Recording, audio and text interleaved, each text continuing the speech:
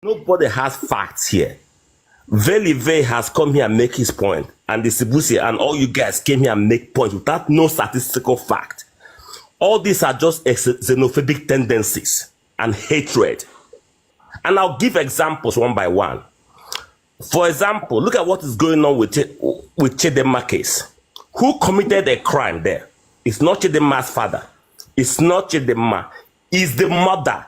And the mother is not from Nigeria. She is from Mozambique. But South Africans has Nigeria in their mouth, day in, day out. There's no investigation against the father. There's no investigation against the mother. It's only on the mother, who is a Mozambican, not a Nigerian.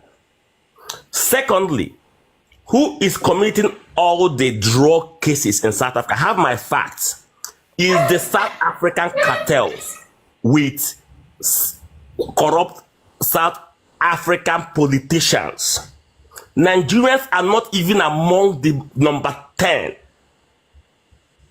You can check this, it's a fact. But who are South Africans in their having their mouth day in, day out? Nigerians.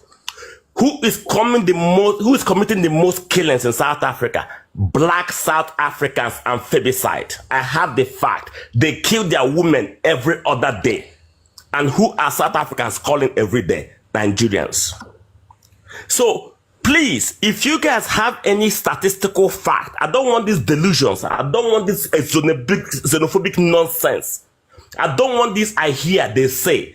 If you have any fact from your government organization that states that Nigerians are committing social crime in such numbers, please let us. Why are you asking me to turn on my camera? Your time is up. Your 2 minutes is up. Thank you very much. Okay, so since you're saying that the mother is the only one involved and it's not the father, how sure are you that it's not, the father is also not involved? One. How sure are you that the father is not involved? You're asking me a question. Your government that is doing the investigation that you all believe did not involve his father, and there's a reason why. How do you know that? How do you know that? How do you know that he is involved there? How do you know that? Are you in South Africa? Do you are you part of the Hawks? See, that's what I'm talking about. The reason. Who is the referee? The government is the referee, not you. Hold on. No, I didn't say I'm the referee. Did I say I'm the referee? Calm down. Calm down, sir. Calm down. I'm calm. Let me talk. Ask him a question as well. Okay. Yeah, hold on. Okay, you're right. I'll give you the same respect. See, you guys exploded this because of the word government released. So where I know this is I read the script that was released by government. No. They did not mention. Guys, can I ask him a question? Wait, brother. Wait. So the script did not mention anything about Chidimma's father. And if you have anything, how did you obtain the script? I read it. It's everywhere. But if you committed any crime, send me the fact. Let me read it. I want to read. Hold on. Everywhere where? Everywhere where? Everywhere where? You can give me the sources. Can you give me the source of where you got that? Because according to my understanding, according to my understanding, the Hawks never release anything. If they say they are investigating a crime, then that means they are investigating a crime. They never tell you what is happening in their investigation. They never release anything. No, I'm not talking about the Hawks. Before it can be presented to court. So now tell me, how did you obtain the scripts? Let me put it in simple terms then. I can put it in layman's terms. So now you take a case. Now I'm giving you now a case study or a scenario. You take a case. The case is presented to Home Affairs. Home Affairs cannot do as much digging as the Hawks or the FBI can do. Now they give it to who? The FBI. The FBI, they do all the work. They investigate as much as they can. They use their resources and they deepen they widen the case. So now tell me, how do you know the script? Because the Home Affairs official only let out what they know. But then it was investigated further when it got to the Hawks. So now tell me, how do you know that the father was not involved? Because when you got the case, which was released by the Home Affairs, it was still in its infancy. It was still in the starting of the whole investigation. So now how do you know? Because they did all the Hawks did the investigating. So how did you know as a Nigerian from outside, and we South Africans, we don't know the full depth of the whole thing. So how do you know? Tell me. I want that answer.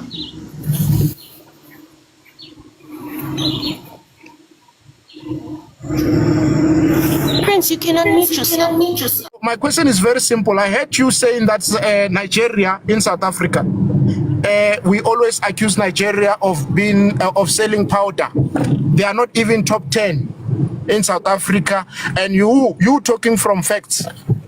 Can you please, with your own facts, tell us they are number what in terms of the people that are selling powder in South Africa? That is number one. Number two, where did you get that source? Thank you. And Okay. can you please share the source with us so that we can read it as well? After talking, I will share with you guys. If you guys, the chief of Hawks made some statements sometime this year when this Chidimma thing was going on. He was talking about the crimes committed by foreigners in South Africa. Is it not Mozambique? I forget the country that was second after South Africa. South Africa was more than 50%. Black South Africa committed more than 50% of the crime. I will send information to you guys. Nigeria was not even mentioned at all. They are mentioned in the others that committed less than 1% of the crime. This is the current. I think the brother is, please calm down, number one. Don't shout. I'm not shouting at you. That's how my voice is. Can you let me talk? Brother, please. Prince, can you please... Man, stop calling me brother, please. Stop calling me brother. Let me talk. Let me finish talking. Sister, Prince, you please need calm to cool down. I've dropped you. You need to cool the hell down. Sister, calm down. I was gonna, guys. Nigerians and the rest of African people, because in South Africa, there is no group of Africans who are not here. Just that some are in high numbers and some are in reasonable numbers, but there's no African you won't find in South Africa. And this is very unique for a country in Africa. But anyway, this is a cry for help. You can't keep accusing people of hating you, being xenophobes, whatever you call them names every day, continue to speak bad about them, and then fight to have their identity. You're fighting to stay. Yes, you're fighting to be in their country. All of these things don't make sense. It's not logical to kind of like hold this position. You saying a group of people don't like you, they hate you, they are xenophobes, but you flock in numbers in their country to a point where you are stealing their identities. It makes zero sense. I think African people need to start being honest. They've got this empty pride going on with them. They need to be honest that them being in South Africa is really amazing for them. It favors them and they will do anything to be in South Africa. I think we need to start from that position instead of bashing the country that they're fighting so hard to be in, calling us all these sorts of names. Now, the previous speaker mentioned about crime.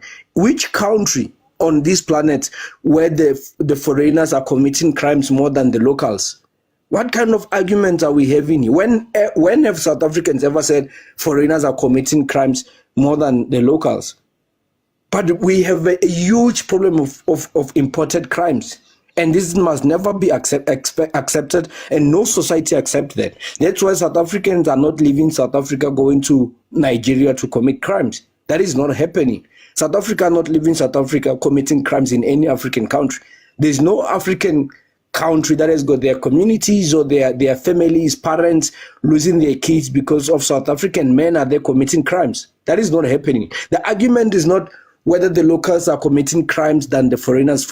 No single foreigner should be found in any country committing crime. That's the argument. The argument is not whether the foreigners are committing crime more than the locals. What kind of argument is that? And I think this is a big problem. We are mixing two different civilizations here.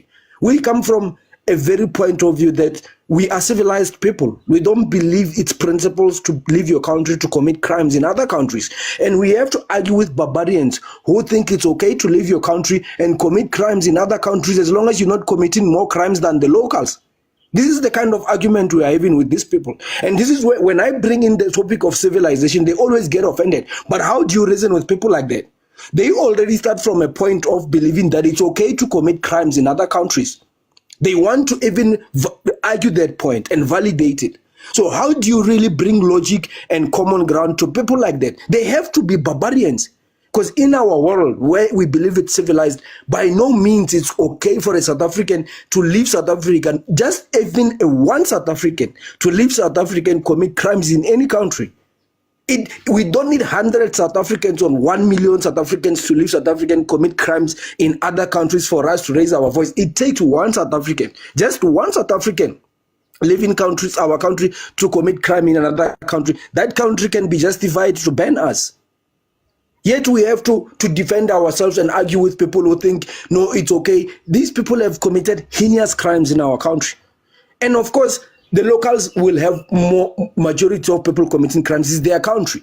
But we need to look at the kind of crimes. I think South Africans in particular are complaining even just the nature of crimes itself that foreigners are committing. I mean, we have been forced to accept that we have got foreigners committing crimes in our countries, which will never be accepted. But yet we have accepted it, fine. But now the conversation is, what kind of crimes are we looking at here? We're talking heinous crimes where the powder is now being normalized in the shores of our nation. Human trafficking is being introduced.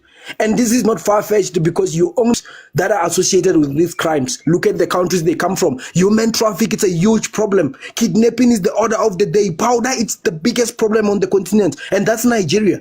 These three elements and scam, these four elements, human trafficking, kidnappings, powder, scamming, it's huge there. And you see them in South Africa, it's a pattern. Most of the times when we talk of scamming, human trafficking, it's attached to them. That's not okay. It's not normal. You know, and we need to be discussing Chidimma here, the fraudster. And they have the nerve to come here and want to validate that. I say this, South Africans have a right to look at any Nigerian in South Africa and start from a point of being suspicious just from the go. You can cry whether it's stereotypes, who gives a damn? They brought that to themselves. You can say it's stereotyping people, who gives a shit? There's heinous crimes they've been committed for years and years, decades in and out. Our prisons are there. The cases of Nigerians who are still on the run are there. There's many families that can come out here and be witness and tell the crimes they've committed. We can't justify that. So South Africans have to look at Nigeria and Nigerian with a suspicious eye. I say this. We as South Africans, we must not be fooled by the skin color of people and the Africanness nonsense. We must base our values on what actually keeps our country going. We have got something we have built here with other groups that we might not always agree with them. But we've got something good going on here. Hence, people are even dying trying to be here to a point where they're buying fraudulent IDs in South Africa. They see what we have built here. We have built something with Muzungus here. We have built something with our fellow colored brothers and sisters. We have built something with the Indian community that was brought during the slavery here in South Africa. That's what we know. That's the reference we have. When we talk of South Africa, we talk of South Africa that has been built by these four groups with their blood and sweat, sometimes in a very dangerous atmosphere. But the country has emerged, it has grown, it has become the most developed country in Africa to a point where everybody's talking about us, everybody's calling us names, yet fighting to be here. We must never be... Extradition was declined by the Malawian government, or rather unsuccessful. So it's the same thing with Chidimma. You know, I'm suspecting that they've been following her closely, and the reason why this is happening now is because she's in a foreign land, and they are sure that she is in a foreign land. And they know with the character that she has obviously portrayed online, she's not one to back down. So they know she's going to be there until the end. So if the NPA obviously chooses to persecute, it's much easier for them to extradite her from a foreign land in Mexico as opposed to her homeland in Nigeria, because Nigerian government can say, nope, not today, Satan, you know, not today, because I mean, she's an ambassador of Nigerian government, something like that now. So obviously they're not gonna just say, okay, South Africans, here's our Chidimma, go and arrest her. They're not gonna say that. They're not gonna just hand her over like that. That's what I'm suspecting as well. Now, a group called the Progressive Forces has launched a petition to stop Miss Universe Nigeria Chidimma Adetshina from competing in the international pageant due to criminal charges she and her Mozambican-born mother could be facing for alleged identity theft. On Tuesday, the Department of Home Affairs announced that Adetshina and her mother's identity and travel documents would be revoked after they failed to justify the validity of their documents. Despite this, Adetshina arrived in Mexico on Wednesday on a Nigerian passport to compete in the pageant, which will be taking place in November. Now, the petition was launched on Wednesday. It reads, and I quote, "As Progressive Forces of South Africa, we are writing this letter on behalf of everyone who stands for justice to plead with you, Miss Universe, as an organization to reconsider the contestant Miss Nigeria Universe and, if possible, to cancel her entry." Now, they argued that allowing her to participate could compromise the organization's integrity. Miss Universe is a known brand of class, integrity, and fair competition. Miss Universe is known for granting a good platform to women from all walks of life to make a positive contribution to society while being the golden key to unlock endless possibilities. Would hate to see the pageant losing its good image due to a contestant whose mother allegedly stole the identity of an innocent citizen. Not only did this contestant bring her own country into dispute, but her participation in the iconic pageant would also bring Africa into disrupt. Now, Miss Universe is currently trending #1 on Twitter. Chris Excel says, "The situation of Chidimma must not let you forget that Domkop Minister of Home Affairs is trying to sneak in Ukrainians in the country. They are trying to distract us. We must focus, comrades." Okay. BBC News Africa is also under fire after writing, and I quote, "Beauty Queen Chidimma Adetshina, who has been at the center of fierce nationality roar, is to be stripped of her South African identity and travel documents." BBC News Africa is Nigerian journalists. So from the get-go, their reporting has always been obviously one-sided, understandably so. I mean, Chidimma is their sister. Obviously, it's going to be one-sided. But I just don't get why BBC Africa would be Nigerian-based only journalist. Because obviously from the jump, that's like some bias Shiat. Okay. But anyway, there's a victim who lost 22 years of her life because of Chidimma. You must write her story and stop covering nonsense. I mean, I'll never understand why the South African government was so slow regarding the Chidimma scandal. They even let her leave the country with her mom without answering for anything. Those who try to stop us from opposing Chidimma's participation in the Miss SA pageant are not known for fighting for anything in their countries. That's why their countries are shitholes, because instead of fighting for democracy, they fight to come to South Africa. All right. Now, where do we even start? So, Nigeria has never won Miss Universe, ever. They have never won Miss Universe. And they are hopeful that obviously Chidimma brings it home for the first time. Praying so hard, Chichi gives us our next placement. She has great potential. We just need to maximize it. I pray and hope this year will be different. A lot of people, especially Nigerians, are obviously praying that Chidimma brings it home. Okay, and some South Africans, not all, does not want her to participate in the competition for obvious reasons. Part of me definitely is like, let her compete, let it be fair, let her compete. If she wins, she wins. If she doesn't win, she doesn't win. Okay? Another part of me is like, I do understand those people that don't feel like she deserves to compete in such a prestigious competition. I do understand, obviously, because of the fraud case and all of that. because I know it's going to be a fair competition. Part of me really wants her to compete, and everything is fair, and if she wins, she wins. If she doesn't win, she doesn't win. I don't want this to come back to us and, we are accused of, they didn't want her to compete because they knew she was going to win. Let her compete fair and square, and then if any arrest needs to be made, arrest her after the competition. Arrest her as soon as the competition ends. If our South African babe wins, let her win fair and square. If our Zimbabwean babe wins, let her win fair and square. If Chidimma wins, let her win fair and square. But I know some people will be like, aye, she must get arrested. But those are just my 2 cents. If she wins, let her win fair and square. If she loses, let them take their L fair and square. Anyway, do let me know, guys, what you think in the comment section down below. It's definitely going to be a long 2 weeks because they're competing when 16 November, Saturday. So it's going to be a long, not even 2 weeks, it's like, 2 weeks. 2 weeks.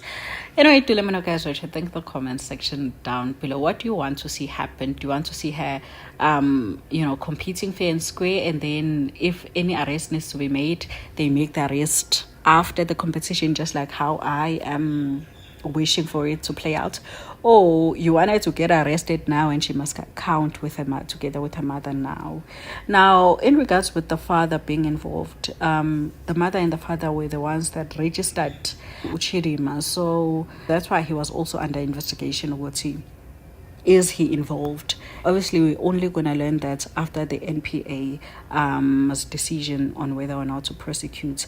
Another thing that I wanted to mention was the reason why the statement, the Home Affairs released a statement that Adetshina and her mother instead of Adetshina's mother. Because when the Hawks were obviously doing their investigation, they're going to check as well, was Adetshina aware of all of this? And if they find Wusi, she was aware, obviously that's a crime. You get it? So maybe that's why it's now Adetshina and her mother instead of just her mother. Anyway, do let me know, guys, what you think in the comment section down below.